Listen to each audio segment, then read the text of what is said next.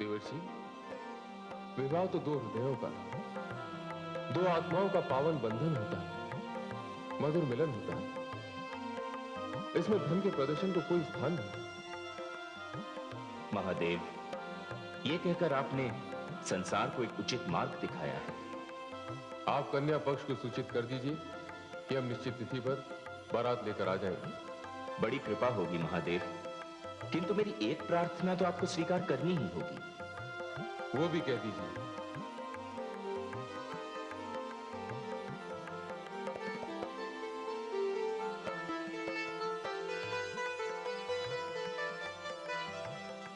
इसे तो आपको स्वीकार करना ही होगा। ये क्या है? ये अंगराग है महादेव। पुत्री गौरी के शरीर पर इसका ही लेप हो रहा है। इसे आपको भी लगाना चाहिए।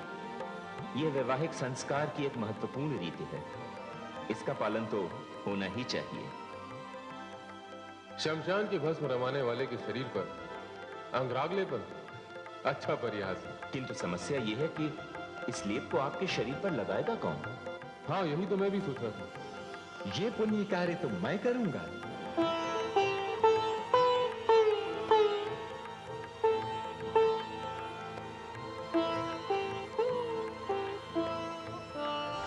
नारायण नारायण,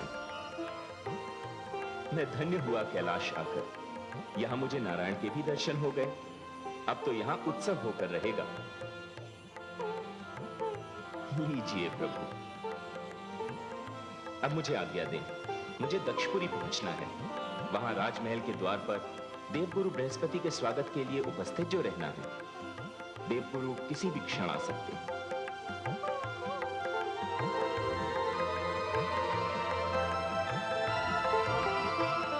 नारायण नारायण।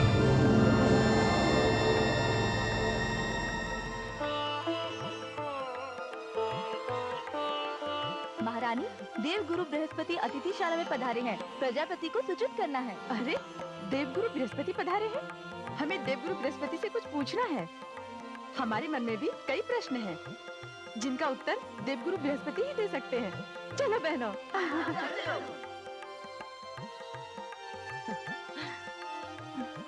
पुत्री गौरी, तुम्हारे ऊपर सबकी दृष्टि लगी हुई है। हो सकता है कि इसमें कोई वक्र दृष्टि भी हो। चलो, मैं तुम्हारी कुदृष्टि उतार देती हूँ।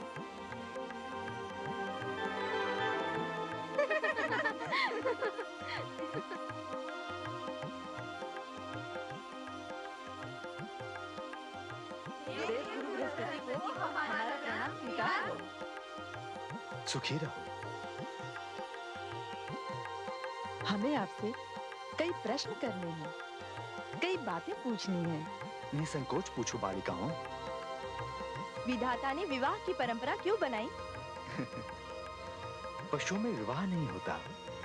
ये पावन परंपरा मानवता की ही धरोहर है। ये एक श्रेष्ठ संस्कार भी है। गुरुदेव, संस्कार का क्या अर्थ है? जीवन जीने की कला संस्कारों से ही प्राप्त होती है। विवाह संस्कार तो दो हृदयों का मधुर मिलन है, जीवन का मंगल उत्सव है। इतना ही नहीं, ये एक विराट उत्सव भी है, जिसमें देवताओं, पितरों, ग्रहों और नक्षत्रों को बुलाया जाता है। अग्नि जैसे जीवंत देवता को साक्षी मानकर उनकी परिक्रमा की जाती है। ये जितना सांसारिक है, उतना ही दिव्य भी।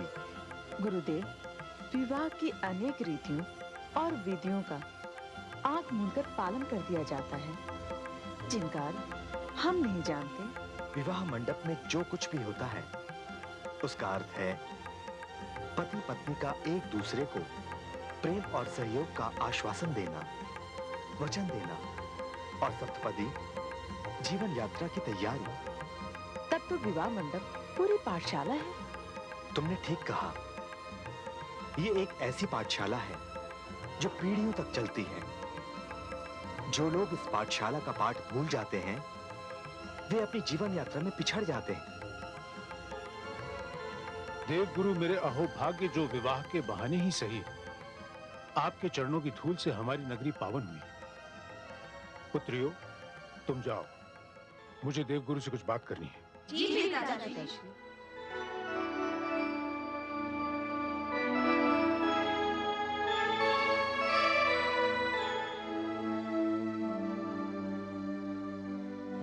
प्रजापति दक्ष, अब तो आपकी पुत्री का विवाह हो रहा है, किंतु आपके मुखमंडल पर प्रसन्नता का कोई चिन्ह नहीं।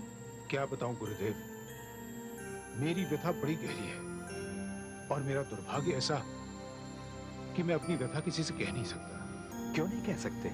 सुनने वाले मेरी बात समझने का कष्ट ही नहीं करते। मुझसे कहिए, मैं आपकी पीड़ा समझने का प्रयास करूंगा। देवगुरु, मैंने अपनी सभी पुत्रियों के लिए श्रेष्ठ वर ढूंढे। धर्मदेव, ऋतुराज, सप्तर्षिगण जैसी महान विभूतियां मेरे द्वार पर जामाता के रूप में आई, किंतु मैं अपनी सबसे प्यारी पुत्री के लिए श्रेष्ठ वर नहीं ढूंढ पाया। होने के आगे मैं हार गया गुरुदेव। प्रजापति दक्ष, आपकी पीड़ा का एक ही कारण है। जब भी किसी को स्वीकार करो, पूर्ण रूप से स्वीकार करो, हृदय से स्वीकार करो।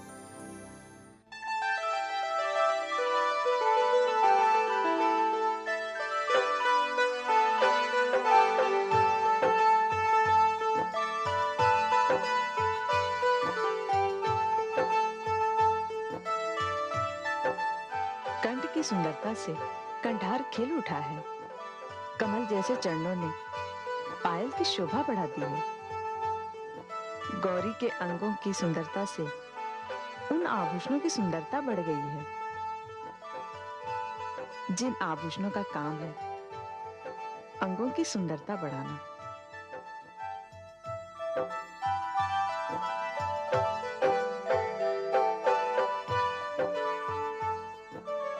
नारायण नारायण।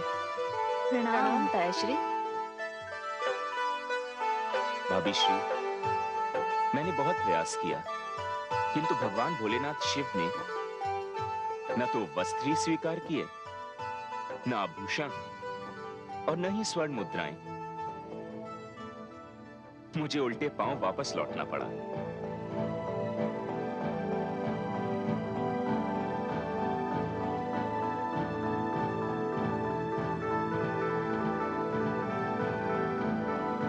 ये क्या कर रही हो गौरी? दुल्हा भले ही आभूषण ना पहने, किंतु दुल्हन को आभूषण पहनना आवश्यक होता है। आभूषण मंगल की शुभ पहचान होती है।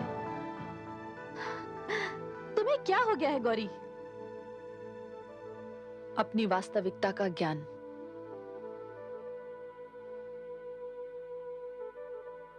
तुम ये आभूषण नहीं पहनोगी? पहनूंगी माँ, मैं आभूषण पहनूंगी। तो फिर इन्हें उतार क्यों रही हो? मैं फूलों के आभूषण पहनूंगी। जैसा मेरा पति वैसे ही मैं।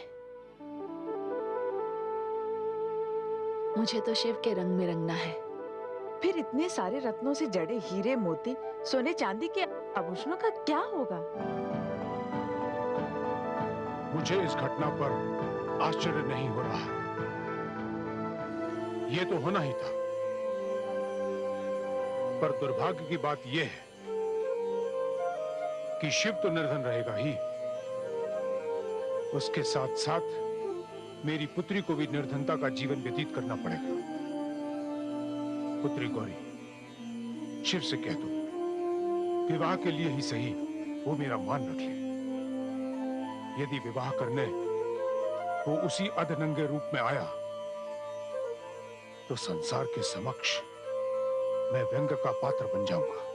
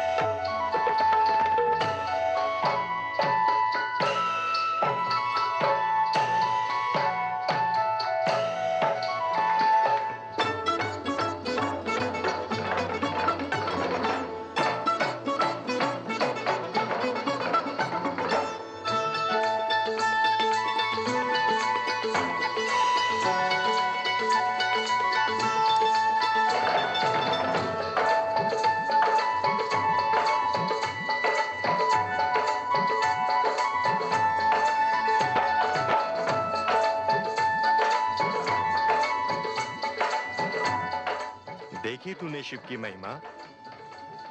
भगवान विष्णु सहित इंद्रादि सभी देवता जिनके बाराती बनकर आ रहे हैं, तेरी दृष्टि में वो निर्धन है? पिताश्री, यदि इस विषय पर हम विवाद ना करें तो ही अच्छा है। आप देखिए, ये सातों ऋषि भी मेरे जामाता है, ये धर्मदेव मेरे जामाता है, ऋतुराज भी मेरे जामाता है। आप इन ऋषियों के आश्रम देखिए, आप धर्मदेव का सम्मान देखिए, ऋतुराज का वैभव देखिए, और फिर कहिए इनमें से किसी की भी तुलना क्या ये आपका शिव कर सकता है? और वो देखिए उसकी दुष्टता। बारात में भी उसने अपनी बैल की सवारी नहीं छोड़ी। चुप रह। तेरे जितने भी जामाता हैं, ऐसे सहस्त्र और मिलकर भी एक शिव नहीं बन सकते। चल आगे बढ़ और आदरणीय बारातियों का स्वागत कर।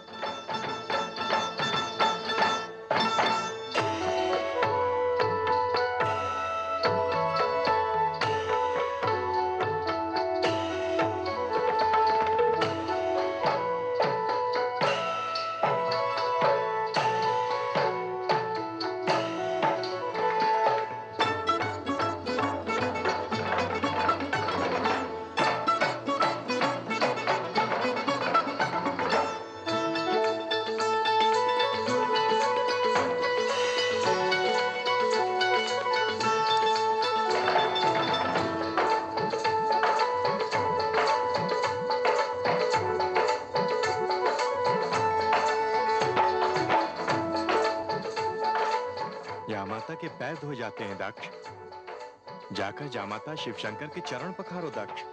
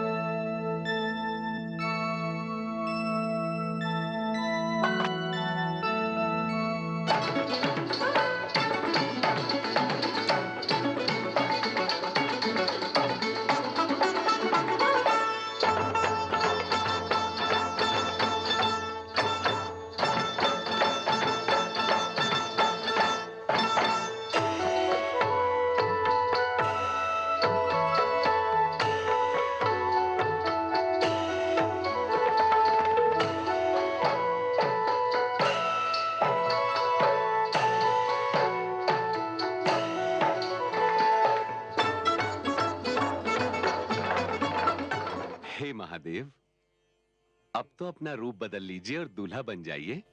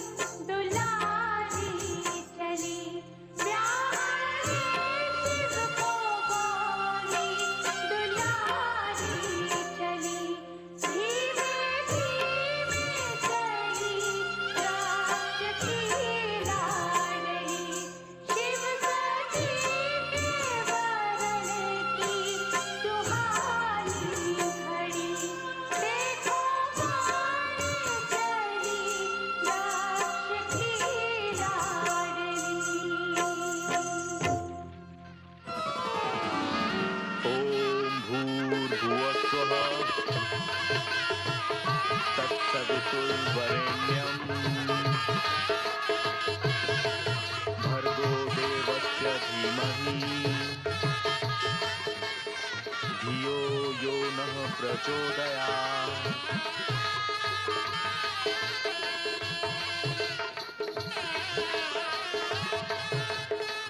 अब दानों में सर्वश्रेष्ठ दान, जिसे हम कन्यादान कहते हैं, श्रेष्ठ प्रजापति पुत्री गौरी का कन्यादान करेंगे।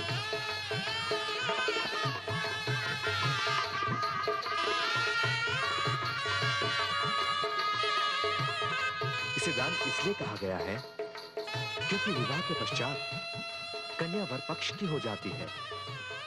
पिता का उस पर कोई अधिकार नहीं रहता, क्योंकि दान की हुई वस्तु पर दान देने वाले का कोई अधिकार नहीं रहता। इसीलिए इस विधि को कन्यादान कहते हैं।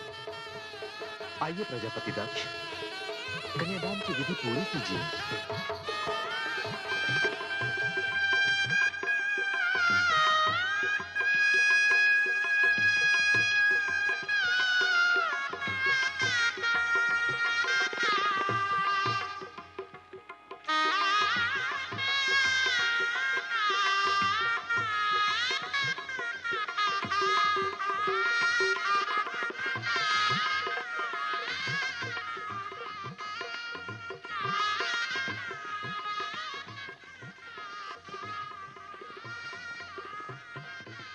ओम विष्णवे नमः। ओम विष्णवे नमः। ओम विष्णवे नमः। ओम विष्णवे नमः। ओम विष्णवे नमः। ओम विष्णवे नमः। प्रजापति दक्ष, जामाता को प्रणाम कीजिए।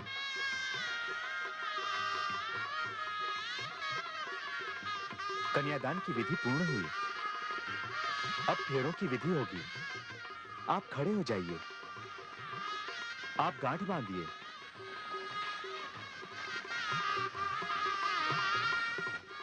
बंधन कस के बांधना, कहीं ढीला न पड़ जाए।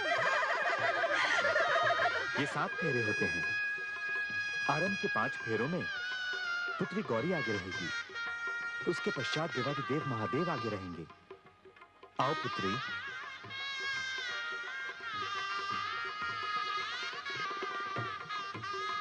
इस प्रकार 7 वचन भी भरे जाएंगे और तब यह सिद्ध हो जाएगा कि पत्नी पति की शक्ति होती है।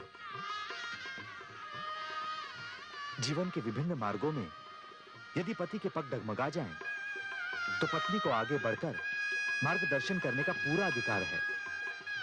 वो पति का अर्धांग होती है, इसलिए अर्धांगिनी कहलाती है।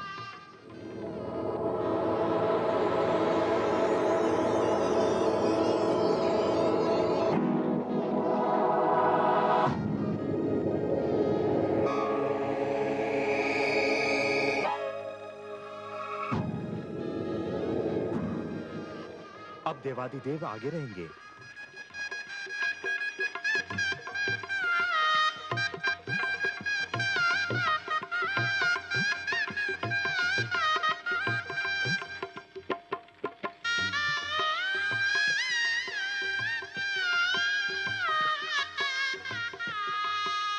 अब आप पति पत्नी हैं।